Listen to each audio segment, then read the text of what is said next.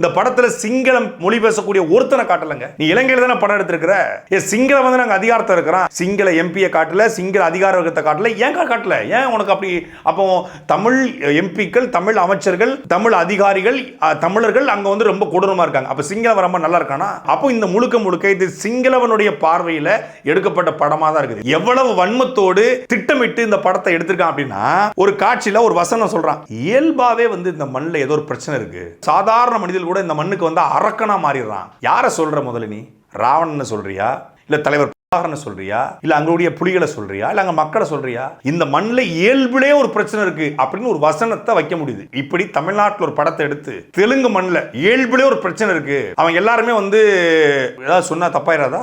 கன்னட மக்களை சொல்ல முடியுமா? மலையாள மக்களை சொல்ல முடியுமா? இல்ல இந்தியா முழுக்க இந்தி பேசக்கூடிய மக்களை இயல்பிலே அவங்களுக்கு பிரச்சனை இருக்குன்னு சொல்ல முடியுமா? ஆனா தமிழ் மொழி பேசக்கூடிய தமிழர் நிலத்தை இயல்பிலேயே இந்த மண்ணில் ஒரு பிரச்சனை இருக்கு, இங்க பிறக்கிற எல்லாரும் அரக்கர்களா இருக்கான் அப்படின்னு ஒரு வசனத்தை எழுதி படமாக்கி அதை தமிழ்நாட்டில் வெளியிடணுங்கிற துணிச்சல் ஒருத்தர் இருக்கு பாருங்க.